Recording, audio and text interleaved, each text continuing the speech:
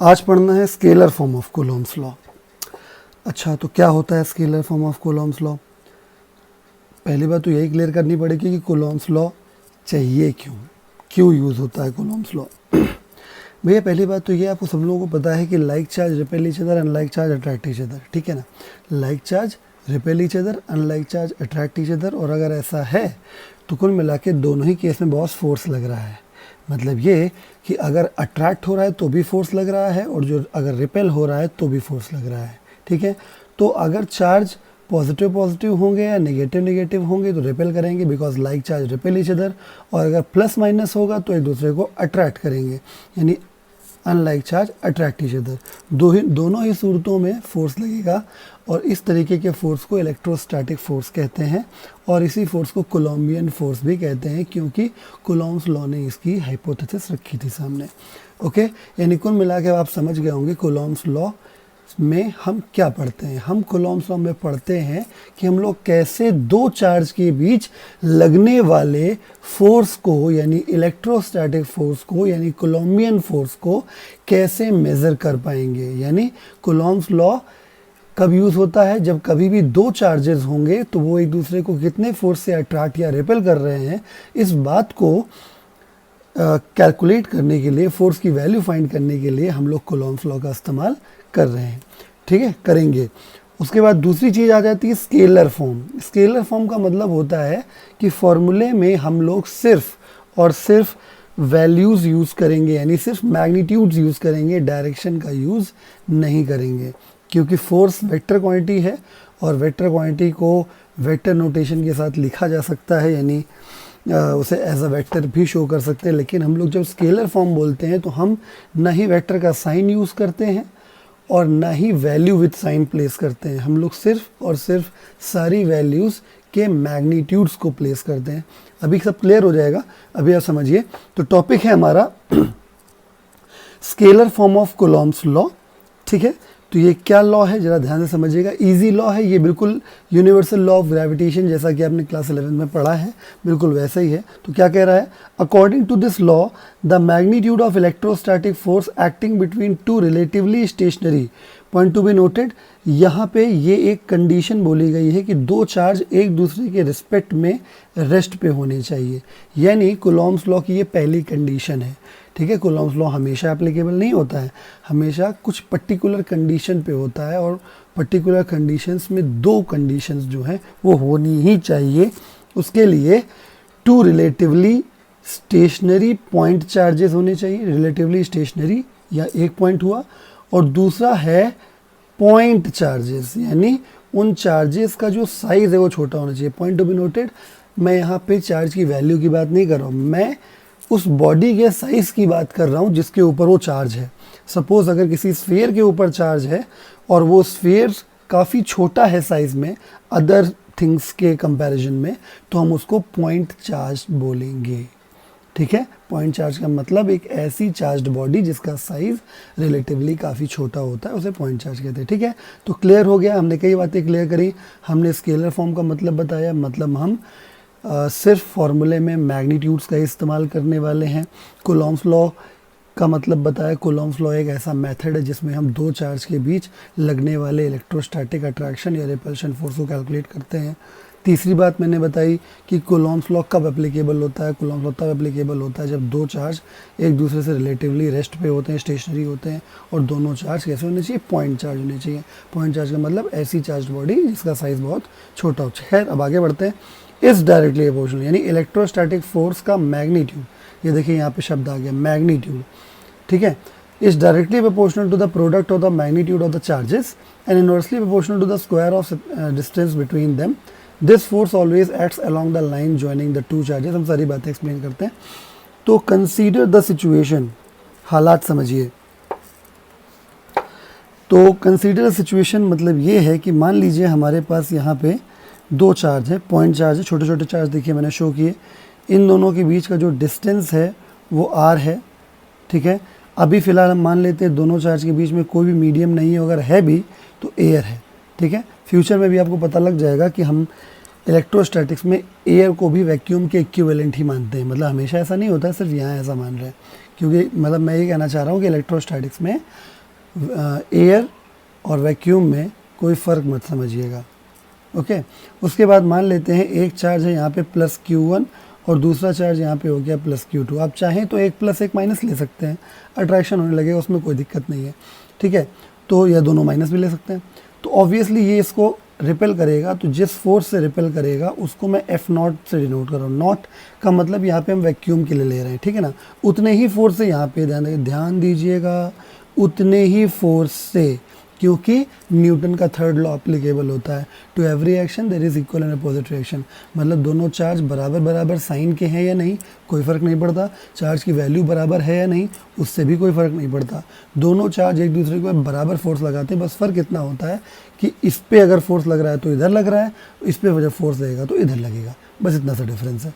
बात समझ में आ रही है आपको, ठीक है। तो अब हम लोग आगे बढ़ते हैं थोड़ा सा। तो क्या कहता है कूलॉम्स लॉ, ठीक है। तो अकॉर्डिंग टू कूलॉम्स लॉ कहता है कि जो फोर्स है वो डायरेक्टली प्रोपोर्शनल है दोनों चार्जेस के मैग्नीट्यूड्स के प्रोडक्ट के, ठीक है। यानी दोनों चार्ज के मैग्नीट्यूड का प्रोडक्ट करना पड़ेगा, और ये इन्वर्सली प्रोपोर्शनल है, यानी 1/r², ठीक है। इन्वर्सली प्रोपोर्शनल है बीच की जो भी डिस्टेंस है r उसके स्क्वायर के, ठीक है। तो फ्यूचर के रेफरेंस के लिए मैं आपको यहाँ पे बात याद दिला दूं कि इतने एक्सप्रेशन को इन्वर्स स्क्वायर लॉ बोला जाता है। इन्वर्स स्क्वायर लॉ बोला जाता है, और ये लॉ जब जहाँ भी होता है, ठीक है, वहाँ पे फोर्स हमेशा लाइन ज्वाइनिंग के अलोंग ही लगता है। जो लास्ट लाइन थी, this force always acts along the line joining the two charges.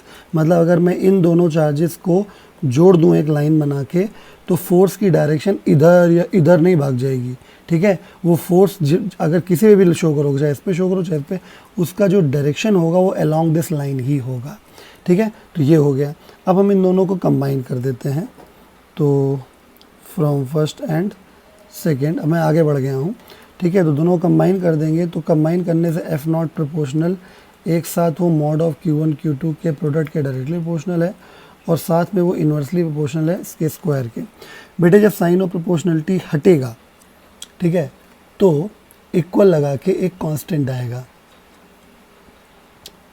Okay, जैसा कि हमेशा होता है।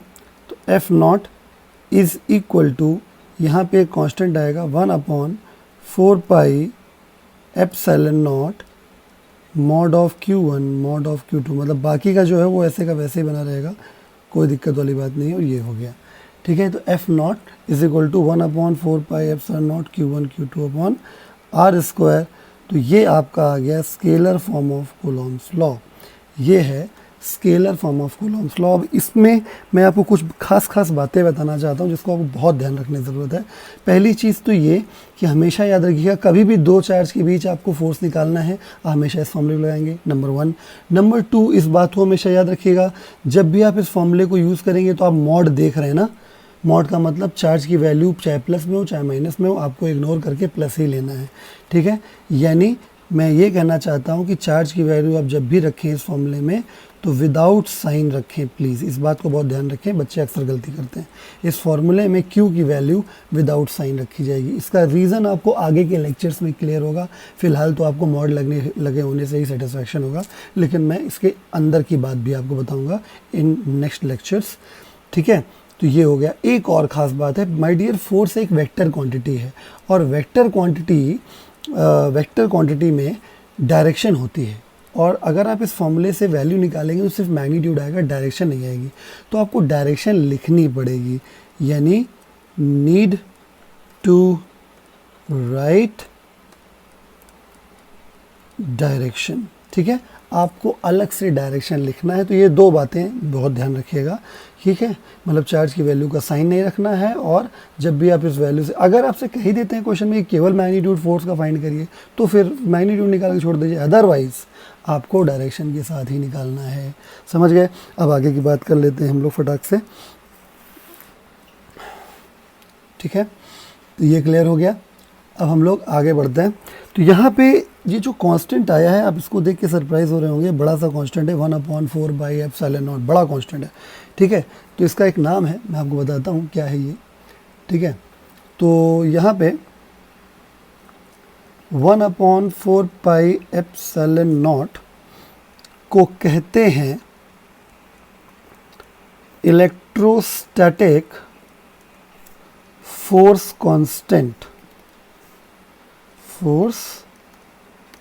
कांस्टेंट, इलेक्ट्रोस्टैटिक फोर्स कांस्टेंट बोलते हैं इसको, ठीक है। इलेक्ट्रोस्टैटिक फोर्स कांस्टेंट इसको बोला जाता है। और आगे की बात करते हैं।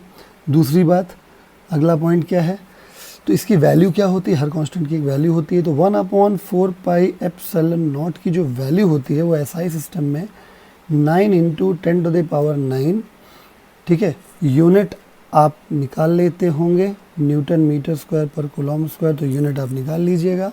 इसका एक और यूनिट भी होता है, मैं बता दे रहा हूँ, इसको आप 9 × 10⁹ मीटर पर फेरेड, एफ इज फेरेड नेक्स्ट मतलब फ्यूचर टॉपिक्स में आपको पता चलेगा जब हम लोग कैपेसिटेंस चैप्टर पढ़ेंगे। तो ये मीटर पर फेरेड भी होता है, ठीक है। कभी कभी क्वेश्चन आता है बोर्ड एग्जाम में, तो आप कर सकते हो उसको। बात समझ में आ रही है, ठीक है। हम लोग अगला टॉपिक समझते हैं। यहाँ पे ये तो चलिए क्लियर हो गया। कभी कभी इसको के से भी डिनोट कर दिया जाता है, ठीक है। इलेक्ट्रोस्टैटिक फोर्स कांस्टेंट, इसे के से भी डिनोट कर दिया जाता है। तो electrostatic force constant is represented by small के, ठीक है। Hence Coulomb's law can be written as F0 is equal to 1/4πε0 की जगह सीधे आ जाएगा K, okay, K and Q1 Q2/r², ठीक है। ये आपका के हो गया, इसका डिनोमिनेटर का साइन मत लीजिएगा, ठीक है। तो हम कभी कभी अगर ऐसा भी अगर लिखा दिख जाए तो हम लोग कंफ्यूज नहीं होंगे, ये भी स्केलर फॉर्म ऑफ कोलॉम्स लॉ ही होगा, ठीक है। अब हम एक मेन मुद्दे पे चलते हैं कि ये जो 1/4πε0 है यानी इलेक्ट्रोस्टैटिक फोर्स कांस्टेंट, इसमें जो ये ε0 ये क्या है।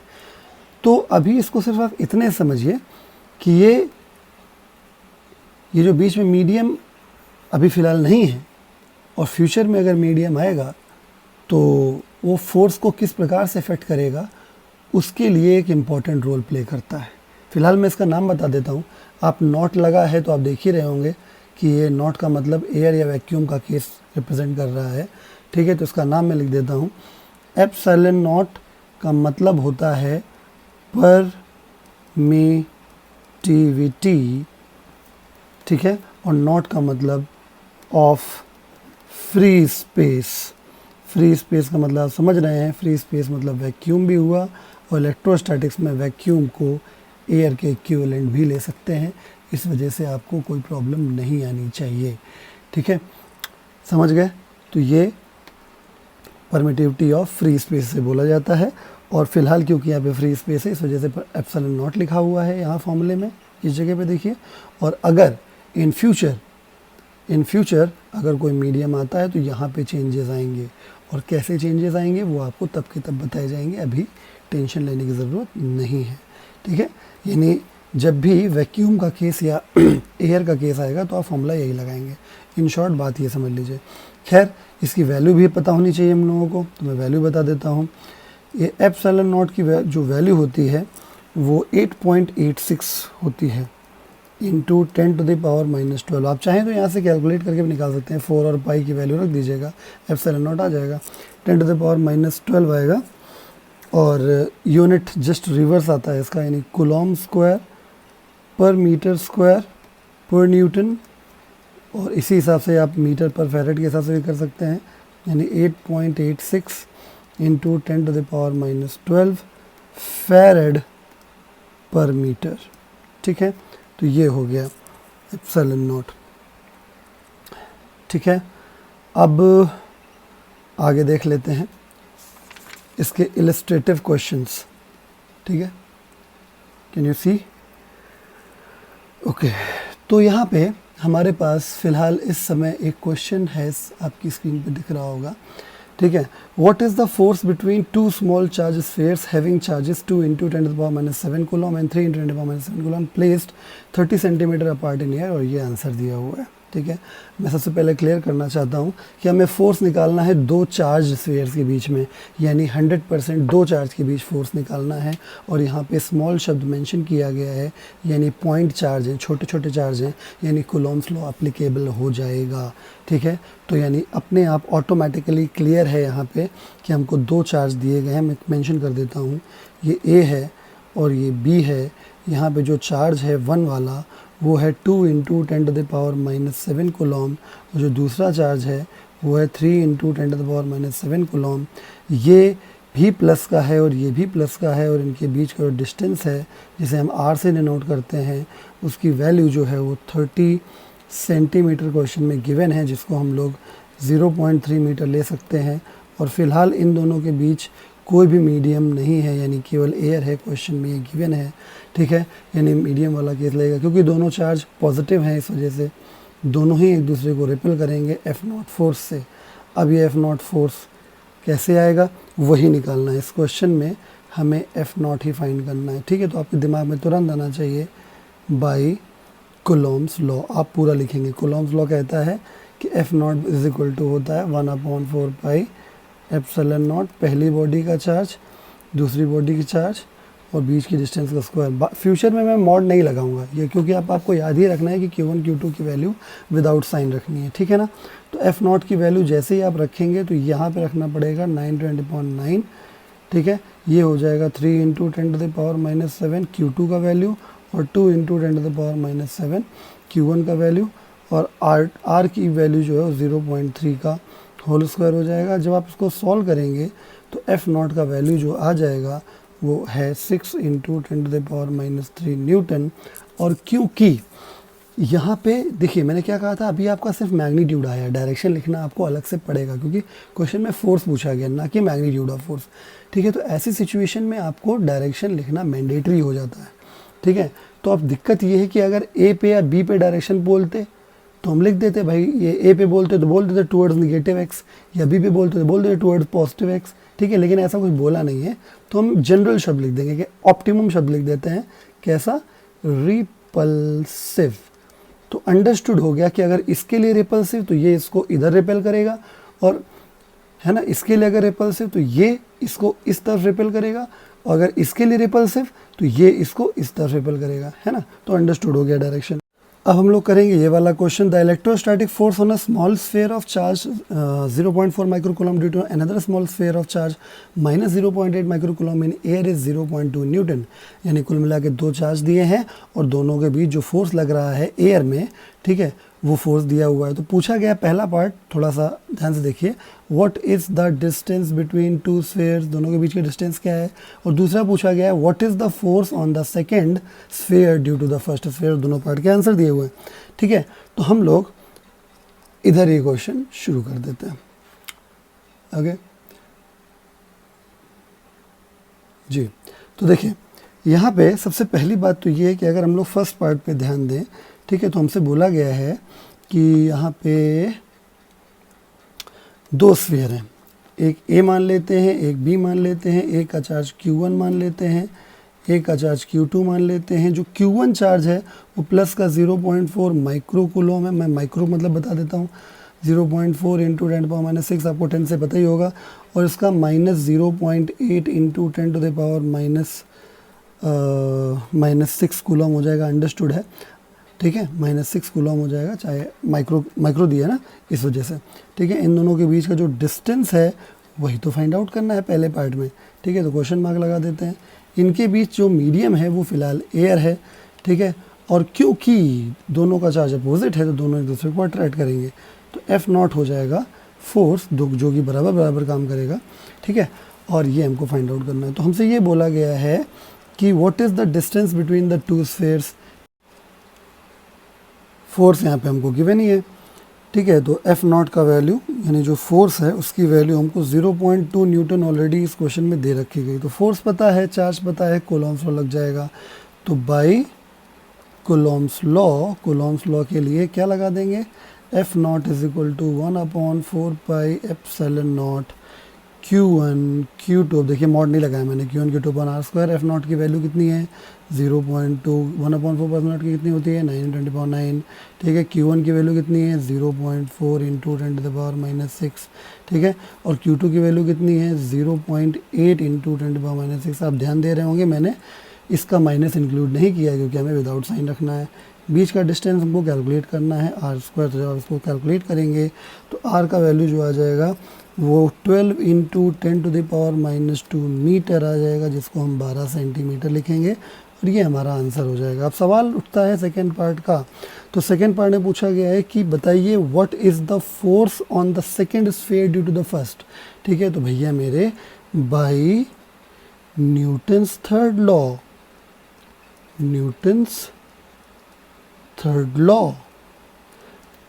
लॉ क्या होता है कि to every action there is equal repository. बार बार वही कह रहा हूँ कि अगर पहले ने दूसरे पे इतना फोर्स लगाया 0.2 न्यूटन, तो दूसरा पहले पे भी तो उतना ही लगाएगा। तो बाय न्यूटन्स थर्ड लॉ